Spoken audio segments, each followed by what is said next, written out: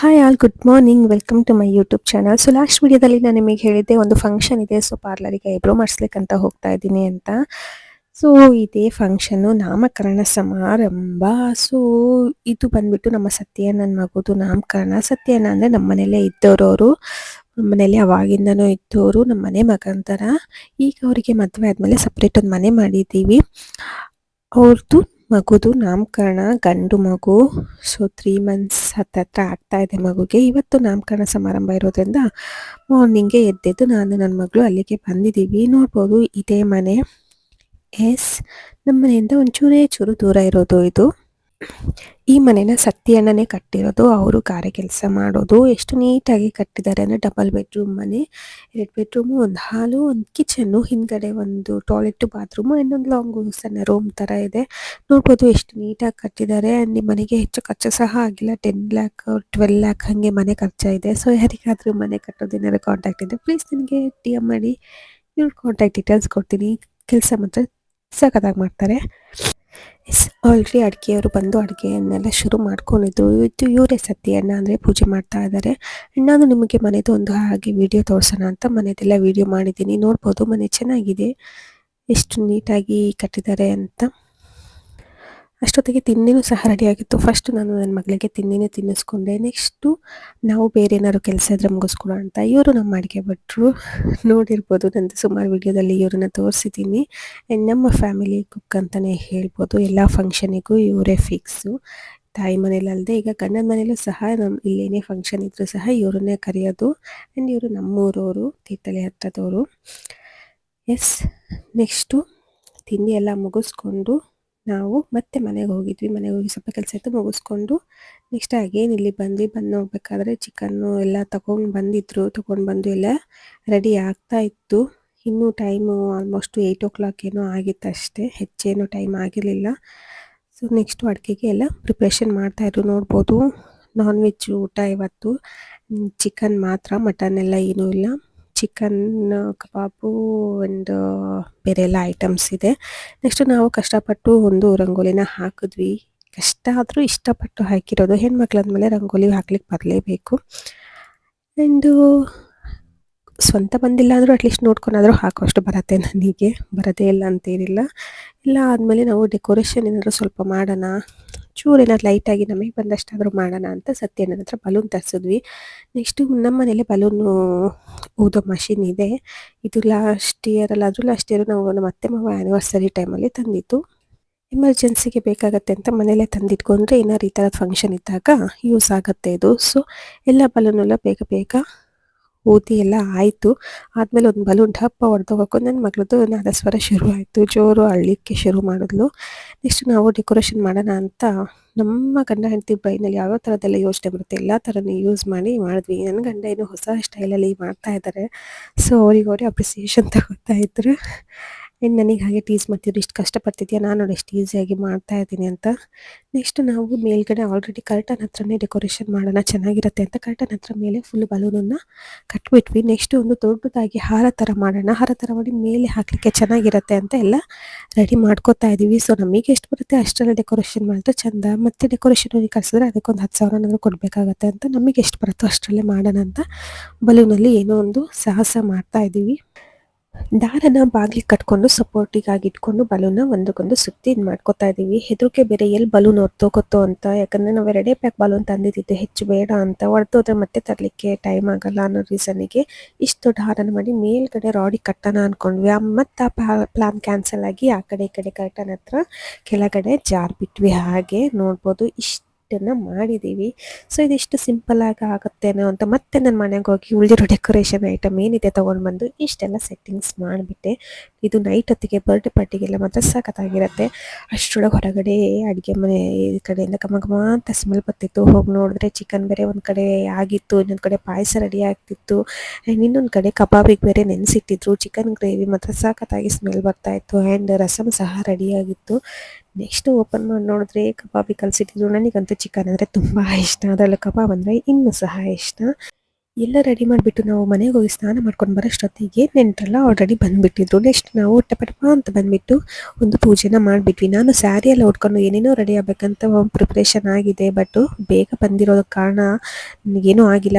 ಅದೊಂದು ಡ್ರೆಸ್ ಹಾಕ್ಕೊಂಡು ಬಂದುಬಿಟ್ಟೆ. ಅಷ್ಟರೊಳಗೆ ನಮ್ಮ ಮತ್ತೆ ಮಗು ಅತ್ತೆ ಸೇರಿಕೊಂಡು ತೊಟ್ಲಿಗೆ ಹಾಕೋಕ್ಕೆ ರೆಡಿ ಮಾಡ್ತಾಯಿದ್ರು. ಸೊ ಇದು ಎಲ್ಲರಿಗೂ ಗೊತ್ತಿರ್ಬೋದು, ತೊಟ್ಲಿಗೆ ಶುರುಲಿ ಮಗುನೇ ಹಾಕಲ್ಲ, ಮಗು ಬದಲಾಗಿ ಗುಂಡಪ್ಪ ಅಂತ ಒಂದು ಕಲ್ಲನ್ನು ಮಾಡಿ ಹಾಕ್ತೀವಿ. ಬಟ್ ಸತ್ಯಣ್ಣನವ್ರು ಬಂದುಬಿಟ್ಟು ಲಂಬಾಣಿ ಜನ ಆಗಿರೋದ್ರಿಂದ ಅವ್ರ ಕಡೆ ಬೇರೆ ಥರನೇ ಶಾಸ್ತ್ರ ಇರುತ್ತೆ. ತೊಟ್ಲಿಗೆ ಫಸ್ಟು ಗುಂಡಪ್ಪನೂ ಅಲ್ಲ ಮಗುನೂ ಅಲ್ಲ, ಫಸ್ಟಿಗೆ ಇರುವೆನ ಹಾಕ್ತಾರಂತೆ ಇವ್ರ ಕಡೆ. ಇರುವೆ ಹಾಕಿ ಅದಾದಮೇಲೆ ಬೇಯಿಸಿರೋ ಹುರುಳಿನ ಹಾಕ್ತಾರೆ. ಸೊ ಇದು ನಾನು ಫಸ್ಟ್ ಟೈಮ್ ಕೇಳಿದ್ದು, ಫಸ್ಟ್ ಟೈಮ್ ನೋಡಿದ್ದು. ಬಟ್ ಇರುವೆ ಹಾಕಬೇಕಾದ್ರೆ ನಾನು ಇರಲಿಲ್ಲ, ನಾನು ನೋಡಲೂ ಇಲ್ಲ. ನನಗೆ ಆಮೇಲೆ ಗೊತ್ತಾಗಿದ್ದು ಹೀಗೆಲ್ಲ ಮಾಡಿದ್ರು ಅಂತ. ಸೊ ಅದೆಲ್ಲ ಆದಮೇಲೆ ನೆಕ್ಸ್ಟು ಗುಂಡಪ್ಪನ ಮೂರು ಸತಿ ಮೇಲಿಂದ ಕೆಳಗೆ, ಕೆಳಗಿಂದ ಮೇಲೆ ಸುತ್ತರಿಸಿ ಹಾಕಿದ್ರು. ಅದಾದಮೇಲೆ ನೆಕ್ಸ್ಟು ಮಗುನ ಸೇಮ್ ಅದೇ ಥರ ಮಾಡಿ ಹಾಕಿ ಎಲ್ಲ ತೊಟ್ಲಿಗೆ ಹಾಕಿಬಿಟ್ರು. ನೆಕ್ಸ್ಟ್ ಮಗುಗೆ ಪೃಥ್ವಿ ಅಂತ ಹೆಸರು ಸಹ ಇಟ್ಟರು. ನೋಡ್ಬೋದು ಪಾಪ ಮಗುಗಿಂತ ದೊಡ್ಡದೊಂದು ಬಟ್ಟೆ ಹಾಕಿ ಕಾಲೆಲ್ಲ ಪ್ಯಾಂಟ್ ಒಳಗಡೆ ಹೋಗಿದೆ, ಪ್ಯಾಂಟು ಕಾಲಿಂದ ಕೆಳಗೆ ನೇತಾಡ್ತಿದೆ. ಏನು ಮಾಡೋಕ್ಕಲ್ಲ, ಈ ಸಣ್ಣ ಮಕ್ಕಳಿಗೆ ನಾವು ಅಂದ್ಕೊಟ್ಟಿರೋ ಥರ ಬಟ್ಟೆನೂ ಸಿಗಲ್ಲ. ಸೊ ಸಿಕ್ಕಿದ್ದನ್ನು ನಾಮಕರಣ ದಿನ ಗ್ರ್ಯಾಂಡಾಗಿ ಕಾಣಬೇಕು ಅಂದರೆ ಏನೋ ಒಂದು ಅಡ್ಜಸ್ಟ್ಮೆಂಟ್ ಮಾಡಲೇಬೇಕಾಗುತ್ತೆ. ಆ್ಯಂಡ್ ಇದಾದರೂ ಇಷ್ಟು ಸುಮ್ಮನಿದೆ. ನನ್ನ ಮಗಳ ನಾಮಕರಣದಲ್ಲಿ ಓ ಮೈ ಗಾಡ್, ಆ ಹಾಲಲ್ಲಿ ಮಾಡಿದ್ದಕ್ಕೂ ಶೆಕೆಗೂ ಆ ಮಗುಗೆ ಆ ಬಟ್ಟೆ ಹಿಂಸೆ ಆಗಿದ್ದಕ್ಕೂ ಎಷ್ಟು ಅಳ್ತಾ ಇದ್ಲು ಅಂದರೆ ನಮಗೆ ಯಾಕಪ್ಪ ಬೇಕಿತ್ತು ನಾಮಕರಣನೂ ಬೇಡ, ಏನೂ ಬೇಡ, ಮನೇಲೇ ಸಿಂಪಲ್ಲಾಗಿ ಮಾಡಿ ಬಿಡ್ಬೋದಿತ್ತು ಅಂತ ಅನ್ಕೊಂಡ್ವಿ. ಬಟ್ ಮನೇಲಿ ಮಾಡಲಿಕ್ಕೆ ಇಕ್ಕಟ್ಟಾಗತ್ತೆ, ಹಿಂಸೆ ಆಗುತ್ತೆ. ಆ್ಯಂಡ್ ಮನೇಲಿ ಮಾಡಿದ್ರೆ ಇನ್ನೂ ರಗಳೆ ಜಾಸ್ತಿ, ಕ್ಲೀನಿಂಗು ಅದು ಇದು ಇರತ್ತಂತ ನಾವು ಹಾಲಲ್ಲಿ ಇಟ್ಕೊಂಡಿದ್ವಿ ನನ್ನ ಮಗಳು ನಾಮಕರಣನ. ಅದಂತೂ ಭಾರೀ ಕಿರಿಕಿರಿ ಆಗಿತ್ತು ಅವತ್ತೊಂದು ಇಡೀ ದಿನ. ಅವಳು ಬೆಳಗ್ಗೆಯಿಂದ ಫಂಕ್ಷನ್ ಮುಗಿಯೋ ತನಕನೂ ಅಳು ಅಳ್ತಾನೆ ಇದ್ಲು. ಬಿಕಾಸು ಹಾಲಲ್ಲಿ ಸಹ ಅಷ್ಟು ಸೆಕೆ ಇತ್ತು. ನೆಕ್ಸ್ಟು ಇವ್ರ ಕಡೆ ಬಾಗಿನ ಕೊಡೋ ಪದ್ಧತಿ ಇರುತ್ತೆ. ಮಗು ತಾಯಿಗೆ ಮತ್ತು ತೊಟ್ಲಿಗೆ ಹಾಕಿದ ಅತ್ತೆಗೆ ಅಂಡು ಮಾವಂಗೆ ಅಂತ. ನೆಕ್ಸ್ಟ್ ಬಾಗಿನೆಲ್ಲ ಕೊಟ್ಟಾದ್ಮೇಲೆ ಮತ್ತೆ ಹೊರಗಡೆಯಿಂದ ಘಮ ಸ್ಮೆಲ್ ಬರ್ಕೊಪಟ್ಟ ಅಲ್ಲಿಗೆ ಹೊಡೋದೇನು ಕಬಾಬ್ ಕರಿತಾಯಿದ್ರು. ಕಬಾಬ್ ಸ್ಮೆಲ್ ಮೂಗಿಗೆ ಹೊಡಿತಿದ್ದಂಗೆ ಕಾಲು ನಿಲ್ಲಲ್ಲ, ಹಾಗೆ ಬಂದುಬಿಟ್ವಿ. ನೆಕ್ಸ್ಟು ಹಾಗೆ ಇವನಿಗೊಂದು ವಿಡಿಯೋ ತಗೊಂಡು ಹಾಗೆ ಟೀಸ್ ಮಾಡ್ತಾ ಇದ್ದೆ.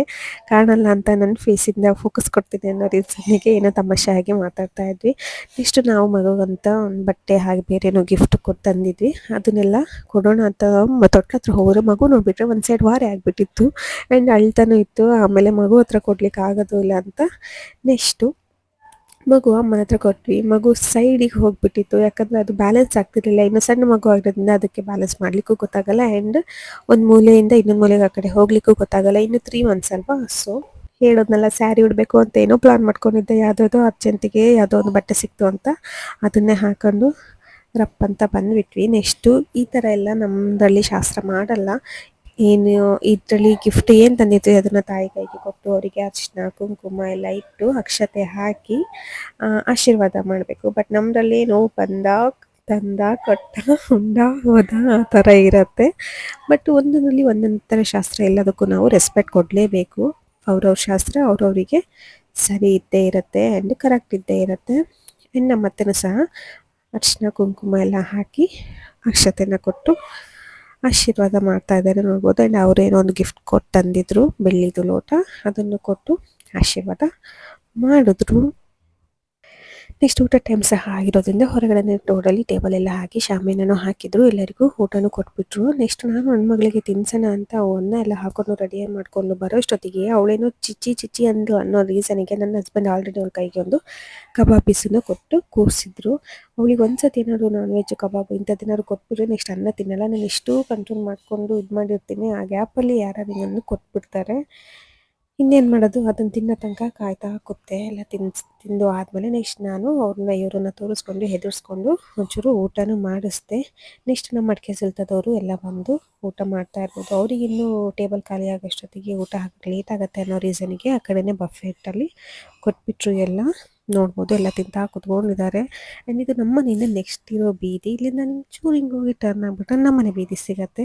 ಇದಾದಮೇಲೆ ನನ್ನ ಹೊಟ್ಟೆಲು ಇಲಿ ಎಲ್ಲ ಓಡಾಡೋಕ್ಕೆ ಶುರುವಾಗಿತ್ತು. ನೆಕ್ಸ್ಟ್ ನಾನು ಊಟ ಕೂತ್ಬಿಟ್ಟೆ. ನನ್ನ ಹಸ್ಬೆಂಡಿಗೆ ಒಂದು ವೀಡಿಯೋ ಮಾಡಿದರೆ 1 ಸೆಕೆಂಡ್ ಆ ವೀಡಿಯೋ. ಯಾವಾಗಲೂ ಹೀಗೆ ನಾನು ಅಂದ್ಕೊಳ್ದೆ ನನ್ನ ಬ್ಲಾಗಲ್ಲಿ ನಾನು ಸ್ವಲ್ಪನಾದರೂ ಇರಬೇಕು ಅನ್ನೋ ರೀಸನ್ಗೆ ವೀಡಿಯೋ ಮಾಡಿ ಅಂದರೆ ಅವ್ರು ಮಾಡೋದೇ ಇಲ್ಲ. ಇಷ್ಟಿಷ್ಟೇ 1 ಸೆಕೆಂಡು 2 ಸೆಕೆಂಡ್ ಅಷ್ಟೇ. ಫೈನಲಿ ಫಂಕ್ಷನ್ ಎಲ್ಲ ಮುಗೀತು. ನೆಕ್ಸ್ಟು ಬಂದು ಮನೇಲಿ ಒಂದು ಲೈಟಾಗಿ ನಿದ್ರೆ ಮಾಡಾದಮೇಲೆ ಮನೇಲಿ ಬೆಳಗ್ಗೆ ಗಿರ್ಟನ್ ಎಲ್ಲ ವಾಶ್ ಮಾಡಿ ಆಗಿತ್ತು. ಹಬ್ಬದ ಪ್ರಯುಕ್ತ ಮನೆಯೆಲ್ಲ ಕ್ಲೀನ್ ಆಗಿತ್ತು ಆಲ್ರೆಡಿ. ಸೊ ನಾನು ನೆಕ್ಸ್ಟು ಒಣಗಿರೋ ಕರ್ಟನ್ಸನ್ನೆಲ್ಲ ಒಂದೊಂದಾಗೆ ಹಾಕ್ತಾ ಬಂದೆ. ಮಾರ್ನಿಂಗ್ ವಾಶ್ ಮಾಡಿ ಹಾಕಿದ್ರೆ ಈವ್ನಿಂಗ್ ಅಷ್ಟರೊಳಗೆ ಒಣಗಿರುತ್ತೆ. ಯಾಕಂದರೆ ಎಲ್ಲ ತೆಳು ಇದೆ, ತುಂಬ ದಪ್ಪತ್ತು ಯಾವುದೂ ಇರಲಿಲ್ಲ. ಹಾಗಾಗಿ ಬೇಗ ಬೇಗ ಎಲ್ಲ ಹಾಕಿ ಕೆಲಸ ಏನಿದೆ ಈವ್ನಿಂಗ್ ರೊಟ್ಟು ಗುಡಿಸು ಕ್ಲೀನ್ ಮಾಡೋದು ಅದು ಎಲ್ಲ ಮಾಡಿ ಮುಗಿಸ್ಕೊಂಡ್ಬಿಟ್ಟೆ.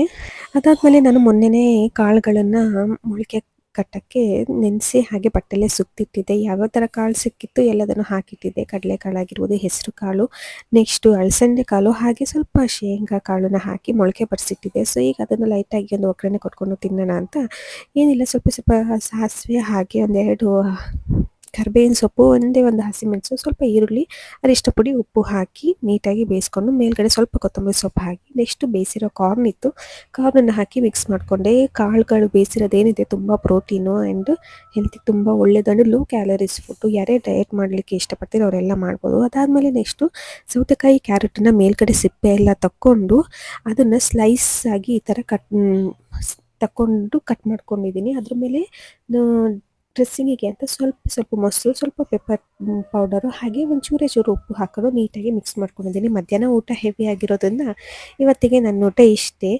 ಸ್ವಲ್ಪ ಕಾಳಿನ ಪಲ್ಯ, ಹಾಗೆ ಕ್ಯಾರೆಟು ಮತ್ತು ಸೌತೆಕಾಯಿದು ಸಲಾಡು ಆ್ಯಂಡ್ ಒಂದೇ ಒಂದು ಗ್ಲಾಸು ಅಂಬಲಿ. ಇದಿಷ್ಟು ನನ್ನ ಇವತ್ತಿನ ಊಟ ಎಲ್ಲ ಬೇಗ ಬೇಗ ಮುಗಿಸ್ಕೊಂಡು ಹೊರಗಡೆ ಹೋಗಿ ನನ್ನ ಮಕ್ಕಳಿಗೆ ಸ್ವಲ್ಪ ತಾಡಿಸ್ದೆ. ಸೊ ಇದಿಷ್ಟು ನನ್ನ ಇವತ್ತಿನ ವ್ಲಾಗ್ ಆಗಿರುತ್ತೆ. ನಿಮಗೆ ಇಷ್ಟ ಆಗಿರುತ್ತೆ ಅಂದ್ಕೊಂಡಿದ್ದೀನಿ. ಇಷ್ಟ ಆದರೂ ಲೈಕ್ ಮಾಡಿ, ಶೇರ್ ಮಾಡಿ, ಸಬ್ಸ್ಕ್ರೈಬ್ ಮಾಡಿ. ಟಾಟಾ, ಟೇಕ್ ಕೇರ್, ಬಾಯ್.